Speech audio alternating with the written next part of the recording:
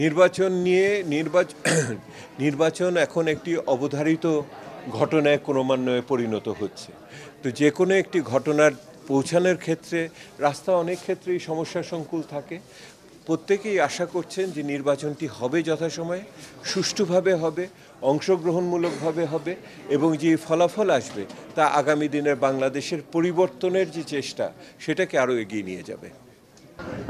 সিলেটের পরে আজকে ছিল দ্বিতীয় শহর রাজশাহীতে, আমরা আলোচনা করলাম।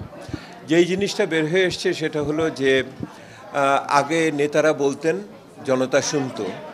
এই পরিস্থিতির পরিবর্তন চাচ্ছে সকলে এবং জনতারা যেটা বলতে চায় সেটা থেকে যেইটা বেরোলো সেটা হলো যে সুশাসন, জবাবদিহিতা, মানে যে বার্তাটা পরিষ্কারভাবে আসছে আগামী নির্বাচনকে সামনে রেখে মানুষ বলতে চাচ্ছেন যে আগে নেতারা বলতেন, জনতা শুনত।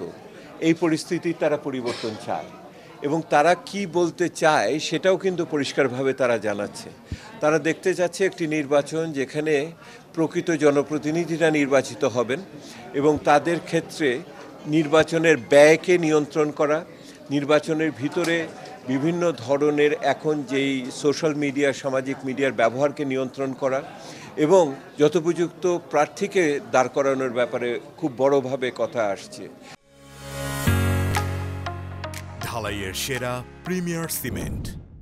তারা মনে করেন যে নির্বাচনের ব্যয় যদি কমানো না যায় তাহলে দুর্নীতি কমানো মুশকিল হবে এবং একই রকমভাবে নির্বাচনের পরবর্তী জবাবদিহিতার কাজে তারা বাৎসরিকভাবে প্রত্যেকটা জনপ্রতিনিধির তার কাজের একটা দায়িত্ব কি পালন করলেন তার হিসাব দেওয়ার কথা তারা বারবার বলছেন। এই এলাকাতে রাজশাহীকে কেন্দ্র করে তার স্থানীয় অন্তত 4টি বড় বড় বিষয় উঠে এসছে। একটি তো হলো রাজশাহী যে মরুকরণ এবং তিস্তা এবং অন্যান্য এখানে যে পানির ক্ষেত্রে যে সংকট সেইটাকে নিরসন করার বিষয়। তৃতীয়ত বড়ভাবে এসছে যোগাযোগ ব্যবস্থা, রাজশাহীর সাথে অন্যান্য অঞ্চলের যোগাযোগ এবং চতুর্থত এখানে শিল্প নাই, বিশেষ করে কৃষিভিত্তিক শিল্পের ব্যাপারে অনেকেই গুরুত্ব আরোপ করেছেন। স্বাস্থ্যসেবা, মানসম্পন্ন শিক্ষা, যে সমস্ত দরিদ্র মানুষের সামাজিক সুরক্ষা ইত্যাদির বিষয় আছে। কিন্তু সবচেয়ে লক্ষণীয় যে আলোচনাটা এসছে সেটা হলো নিরাপত্তার আলোচনা। এটা শুধু অর্থনৈতিক নিরাপত্তার বিষয় না, এটা শুধুমাত্র আর্থিক অন্যান্য নিরাপত্তার বিষয় না, সামাজিক নিরাপত্তা, সাংস্কৃতিক নিরাপত্তা এবং ব্যবসার ক্ষেত্রে নিরাপত্তা ইত্যাদির বিষয়টি খুব গুরুত্ব সহকারে এসছে। নিরাপত্তার বিষয়কে মানুষরা সুশাসনের সাথে, বিচার বিভাগের স্বাধীনতার সাথে, প্রশাসনের দক্ষতার সাথে, সক্ষমতার সাথে এবং রাজনৈতিক মনোভাবের সাথে, সরকারের অভিপ্রায়ের সাথে যুক্ত করে দেখেছেন।